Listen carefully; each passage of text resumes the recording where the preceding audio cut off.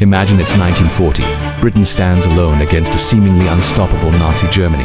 The Blitz is raining fire on London, the Royal Air Force is fighting for its life, and the Royal Navy is struggling to keep the Atlantic sea lanes open. The spirit is willing, but the wallet is getting very, very weak. This is the story of how Britain nearly went bankrupt fighting for freedom, and the extraordinary lifeline that saved it. But there was a catch. They had to pay in cash up front and transport the goods on their own ships. In the early days of World War II, America was officially neutral. Under the cash and carry policy, Britain could buy American weapons. So, Britain started spending. And spending, they drained their gold reserves, sold off their overseas investments, and spent billions on everything from tanks and planes to food and raw materials. Winston Churchill knew this couldn't last. In a secret memo, he painted a grim picture. Britain was running on fumes. The nation's financial reserves, which had been the bedrock of its empire for centuries, were evaporating. By the beginning of 1941, Britain was just weeks away from financial collapse. They had the will to fight, but they were about to run out of the money to buy the tools. Churchill wrote a desperate, powerful letter to President Franklin D. Roosevelt, laying bare the catastrophic situation. He wasn't just asking for a loan. He explained that Britain was holding the front line for the entire free world. If Britain fell, the consequences for America would be dire. It was a pivotal moment. The fate of the war hung in the balance, not just on the battlefield, but on the pages of an accountant's ledger. Roosevelt understood. He knew that directly giving Britain money would be a tough sell to the American public, who were wary of getting dragged into another European war. He needed a brilliant idea, a way to help Britain without looking like a warmonger, and he found one during a quiet moment on a Caribbean vacation. He came up with a simple analogy. Imagine your neighbor's house is on fire. You don't sell him your garden hose. You lend it to him. You want it back after the fire is out, but the immediate priority is stopping the fire from spreading to your own house. This was the genius behind the Lend-Lease Act. America wouldn't be selling or loaning money. It would be lending its military equipment, its garden hose, to Britain and other allied nations. In March 1941, the Lend-Lease Act was passed. Roosevelt called it America's arsenal of democracy. Suddenly, a flood of vital supply ships, planes, tanks, and food began to cross the Atlantic. It wasn't charity. It was a strategic masterstroke. The act effectively bypassed Britain's bankruptcy, providing an almost unlimited line of credit. The supplies were to be used until they were returned or destroyed, with the bill to be settled after the war. The impact was immediate and immense. Lend-Lease kept Britain in the fight. It allowed the British military to re-equip and expand. It fed the British people when German U-boats were trying to starve them into submission. It provided the Soviet Union with crucial trucks, trains, and planes that helped them halt the German advance on the Eastern Front. Over the course of the war, the US provided over $50 billion in aid, a colossal sum at the time, to more than 30 countries. But this lifeline came at a price. The Lend-Lease Act marked a fundamental shift in global power. Great Britain, once the world's creditor, became its biggest debtor. The financial center of the world moved decisively from London to New York. The post-war settlement of the Lend-Lease debt was long and complicated, with Britain only making its final payment in 2006, more than 60 years after the war ended. So the next time you think about World War II, remember it wasn't just a war of soldiers and generals, it was also a war of economics, of dollars and pounds. The Lend-Lease Act was one of the most decisive economic weapons ever deployed. It was a testament to creative statesmanship and a recognition that, in a global crisis, sometimes the most powerful thing you can do is lend a neighbor your garden hose. Imagine this, it's 1940. Britain stands alone against the might of Hitler's Germany. The Blitz is raining fire on London, and the Royal Air Force is fighting for its life in the skies. Everyone knows this story, but what most people don't know is the secret war being fought, not with bombs and bullets, but with gold bars, stocks, and mountains of cash. Britain was going broke, and fast. How could they possibly afford the weapons they needed to survive? The answer lies in one of the most audacious and secret operations of the entire war, Operation Fish. This wasn't a military assault. It was the single largest transfer of wealth in history. Britain was about to ship its entire national treasure across a submarine-infested ocean to a country that wasn't even in the war yet, the United States. Why? Because America, under its cash and carry policy, demanded payment up front. No cash, no Spitfires, no gold, no destroyers. It was a brutal business transaction at a moment of existential crisis. The man in charge of this impossible task was Sir Frederick Phillips, a quiet civil servant from the British Treasury. He arrived in Washington not as a celebrated ally, but as a desperate buyer. His mission was to persuade a deeply isolationist America to sell Britain the tools of survival.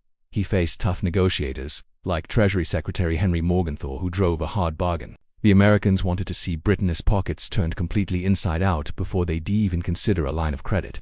So, the plan was set in motion.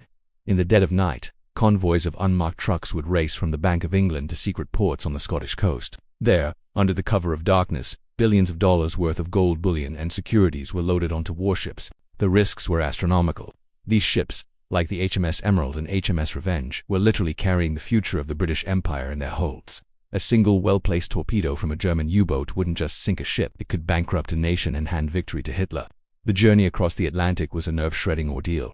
The convoys were hunted relentlessly. One ship, the city of Benares, which was carrying child evacuees, was tragically sunk, highlighting the terrifying danger of these crossings. But miraculously, the treasure ships, escorted by a thin screen of destroyers, made it. They arrived in Halifax, Canada, where the gold was loaded onto armored trains for the final secret journey to the Federal Reserve vaults in New York and the gold depository at Fort Knox. The operation was so secret that even the dock workers and train crews had no idea what they were handling. They just knew it was the heaviest cargo they had ever moved. Back in Washington, the pressure was immense. The American government wasn't just demanding gold. They forced Britain to liquidate its vast overseas investments. Companies that had been British-owned for generations, like the American Viscose Corporation, a massive rayon manufacturer, was sold off often at bargain basement prices to American buyers. It was a fire sale of an empire. Britain was selling its family silver to pay for the war, and America was buying. This process was humiliating for the British. Winston Churchill, a man of immense pride, was privately furious. He felt that Britain was defending the entire free world, yet was being treated like a delinquent debtor. He pleaded with President Roosevelt, arguing that this financial bloodletting was unsustainable. How could Britain fight a war for democracy while being financially bled dry by the world's leading democracy? The turning point finally came as Britain's bank account truly hit zero. By late 1940, Sir Frederick Phillips had to deliver the stark news. The cash was gone. There was nothing left to sell. This was the moment of truth. Would America let Britain fall? It was this desperate reality, born from the success of Operation Fish in emptying Britain's coffers, that finally convinced President Roosevelt he had to act. He could no longer hide behind the cash-and-carry policy.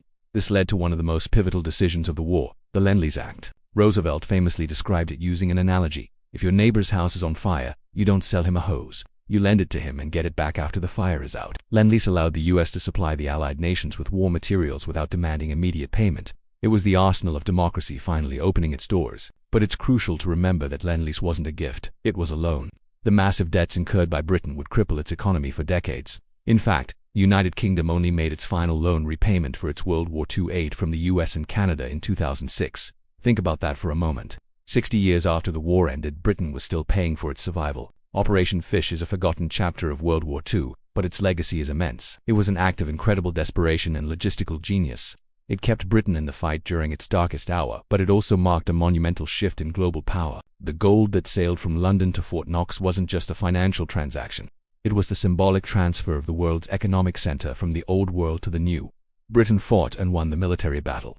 But in doing so, it lost its empire and its financial supremacy to the United States. It's a complex and bittersweet story. A reminder that the costs of war accounted not just in lives lost, but in treasures spent and fortunes changed forever. March 15, 1941, the British government does something they never thought they'd do. They seize American Viscose Corporation from its owners. Not politely, not with negotiation. This is a compulsory purchase order issued under emergency war powers. They don't ask permission, they take it. Now they have to sell it fast. And here's the problem. Everyone knows Britain has to sell. When you're desperate, buyers smell blood. The American investment bankers, they circle like sharks. The company is worth $100 to $120 million, minimum. Want to guess what Britain got for it? $54 million. Half price, for a money printing machine. That's not a negotiation. That's a robbery with a contract. And where does that $54 million go? Straight into the US Treasury to pay for rifles and aircraft engines. Meanwhile, Britain has to pay Courtaulds back in pounds, adding to their internal debt. This is the moment the British elite realize the truth about the special relationship. They're not partners, they're not equals. They're a client being stripped of assets by a banker. The United States isn't conquering the British Empire with armies, they're buying it, one fire sale at a time. You think that's the worst deal? Hold on to your seat, because we haven't even gotten to the destroyers yet. While the financial guys are arguing over stock prices, Britain has another emergency. German submarines whose boats are sinking merchant ships faster than British shipyards can replace them. The lifeline across the Atlantic is being cut. Churchill is desperate. He sends another message to Roosevelt. We need destroyers. Anything, even your old ones. Roosevelt looks at what he has got. 50 World War I Nero destroyers sitting in mothballs in American naval yards. These things are ancient, rusting, obsolete. The modern US Navy doesn't even want them. But to Britain, the lifeboats, Roosevelt agrees to give them to Britain. But again, there's a price. Roosevelt doesn't give them for free. He trades them. For what? 99-year leases on British military bases. Let me say that again, 99 years. We're talking about bases across Newfoundland, Bermuda, the Bahamas, Jamaica, St. Lucia, Trinidad, British Guiana. Britain just handed the United States a military footprint covering the entire Western Hemisphere. Strategic bases that will project American power for a century. Let's do the math. 50 barely seaworthy ships that might last a few years for 99-year leases on territory that controls the Atlantic and Caribbean. This isn't a trade. This is a geopolitical fire sale. Britain is selling the family estate to buy groceries. Do you see the pattern here? Every time Britain asks for help, gold gets drained, companies get sold, bases get leased. America isn't helping out of charity. They're helping out of opportunity. But the most insidious part, it hasn't even happened yet, because buried in the Lend-Lease Agreement, the law that is supposed to save Britain is a clause that will kill the empire. It's called Article 7, and it's a time bomb. What does Article 7 say? 3 sentences that will dismantle 200 years of British economic power. March 1941, the Lend-Lease Act is signed into law. Roosevelt calls it the arsenal of democracy. The propaganda is beautiful. America will build the tanks, the planes, the ships. Britain will use them to defeat Hitler. When the war is over, Britain will return what's left. No money changes hands, just equipment. Like lending a neighbor your lawnmower. Except that's not what the law actually says. Because when you read the fine print, the part they don't mention in the newsreels, there's a clause. Article 7, it's written in dense diplomatic language, easy to miss. But the British negotiators, they see it immediately. And they know exactly what it means. Article, you don't know what that is. Let me explain why this is a death sentence. 7 states. In return for American aid, Britain agrees to dismantle its imperial preference system after the war. Now, if the imperial preference system is the economic wall that holds the British Empire together, it's a network of tariffs that makes trade inside the empire cheaper than trade outside it. Here's how it works. If you're Canada, Australia, India, or South Africa, you buy British goods because they're cheaper than American goods, thanks to preferential tariffs. And you sell your raw materials to Britain at preferential rates. It's a closed loop, a protected market.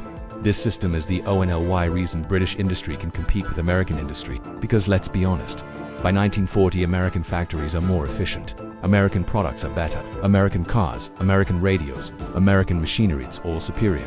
The only reason British companies survive is because the empire gives them a captive market. Article 7 says, tear down that wall. Open your empire to American competition. Let American exporters sell directly to India, Australia, Canada with no tariffs. The British negotiators fight this. They know what it means. The end of the empire as an economic unit. But the German bombers are overhead. The U-boats are in the Atlantic. The cash is gone, they sign. What choice do they have? Now here's where it gets really dark. Because while Britain is fighting Germany with everything it has, America is fighting a different war, an economic war against Britain. Let me show you what happens between 1941 and 1945. Britain stops exporting converts. Every factory to war production abandons markets in Latin America, Asia, Africa. The economy contracts and America fights the war and keeps exporting. Factories make Spitfires and refrigerators. Steps into every market Britain abandons. The economy grows by double digits. You see what's happening. While British factories are making bullets, American factories are making bullets and consumer goods. While Britain sacrifices its commercial future, America is stealing that future. Every market Britain abandons, American companies fill the gap, and when the war ends, those customers won't come back to Britain because they'll already have American suppliers. By 1944, the wealth transfer is complete. The world's gold moved from London to Fort Knox. The world's manufacturing shifted from Birmingham to Detroit. The global financial center moved from the city of London to Wall Street. Britain is still fighting, still bleeding, but the war is already over. America has won, but the British don't see it yet. They believe that after the war, America will be grateful. They believe Lend-Lease will continue during Reconstruction. They believe there will be a soft landing. They're about to learn a very expensive lesson. In the world of high finance, gratitude is not a currency. August 15, 1945, Japan surrenders. The war is over. Britain has won. And 7 days later, America is about to deliver the final blow. August 15, 1945, the news flashes around the world. Japan has surrendered. In London, crowds gather outside Buckingham Palace chanting, "We want the king." Bonfire crushed. Britain stood alone against darkness and prevailed. This is their finest hour. Across the Atlantic in Washington, D.C., there is no sentimentality. Just fires are lit. Strangers hug in the streets. Pure, unadulterated joy. The tyranny of the Axis is a cold, bureaucratic machine that's been waiting for this exact moment. August 21, 1945. 7 days after victory, President Harry Truman signs an order that will devastate Britain more than any German bomb. He terminates Lend. The cutoff is brutal. Immediate, absolute, no warning. All aid stops right now. No transition period. No grace period. In the middle of the Atlantic Ocean, American Liberty ships loaded with wheat and meat bound for Liverpool are ordered to turn around. The lifeline is severed. The British government is paralyzed. They'd assumed the aid would continue to help them rebuild. Their economy has been completely distorted to fight this war. They need time to adjust. John Maynard Keynes, the greatest economist of the century, looks at the numbers, and he sees the abyss. Britain imports half its food and almost all its raw materials. They've been paying for it with lend-lease dollars. Without those dollars, Britain is bankrupt. Not in a year, not in a month, instantly. Keynes calculates, Britain will have to stop importing food. Rations already meager during the war will drop to starvation levels. Industries will have no raw materials. Mass unemployment, social collapse. There's only one option, BEG. September 1945. A dying John Maynard Keynes boards a ship for Washington. He's exhausted, sick, suffering from a heart condition that will kill him within months. But he's going to America as a supplicant. Keynes believes he has a moral case. Britain fought alone for 2 years while America stayed neutral. Britain sacrificed its entire economy to save Western civilization. Therefore, America owes Britain. He's asking for $6 billion, not a loan. A gift, a retroactive payment for the blood and treasure Britain spent holding the line. He calls it justice. When he arrives in Washington, the mood has changed. The war is over. The American public is tired of paying for Europe. Congress is suspicious of Britain's new Labour government, socialists who want to nationalize industries. The American negotiators led by Fred Vinson look at Keynes with cold eyes. There will be no gift, there will be no grant, only a loan on commercial terms, with interest. Keynes is devastated. He argues, he pleads, he warns them. If you crush Britain financially, you destroy a vital ally against the Soviets. But America holds all the cards. They offer $3.75 billion, barely enough to survive. And it comes with a condition that will drain it in weeks. The poison pill, sterling convertibility. Within 1 year, Britain must make the pound fully convertible to dollars. This means anyone holding British pounds can exchange them for dollars. Keynes knows this is a death trap. The moment convertibility happens, everyone will dump pounds to buy dollars, because everyone wants American goods, not British ones. July 15, 1947. Britain makes the pound convertible. The result, exactly what Keynes predicted. A financial massacre. The world rushes to sell pounds. The loan evaporates. In 5 weeks, Britain loses hundreds of millions. August 20, 1947. Britain suspends convertibility. Total failure. Total humiliation. Keynes dies shortly after. His heart gives out under the stress of trying to save his country from its closest ally, the loan. Britain paid it back, with interest for 60 years, through boom and recession. The final payment, December 29, 2006, 61 years after victory. British taxpayers were still paying for the privilege of having survived. So here's the question. Did Britain win World War II? They defeated Hitler. Yes, but they bankrupted themselves doing it. Germany lost and was destroyed. Britain won and was destroyed. The only winner, America. Britain traded its empire for survival. It was a deal that had to be made. But the cost was the future.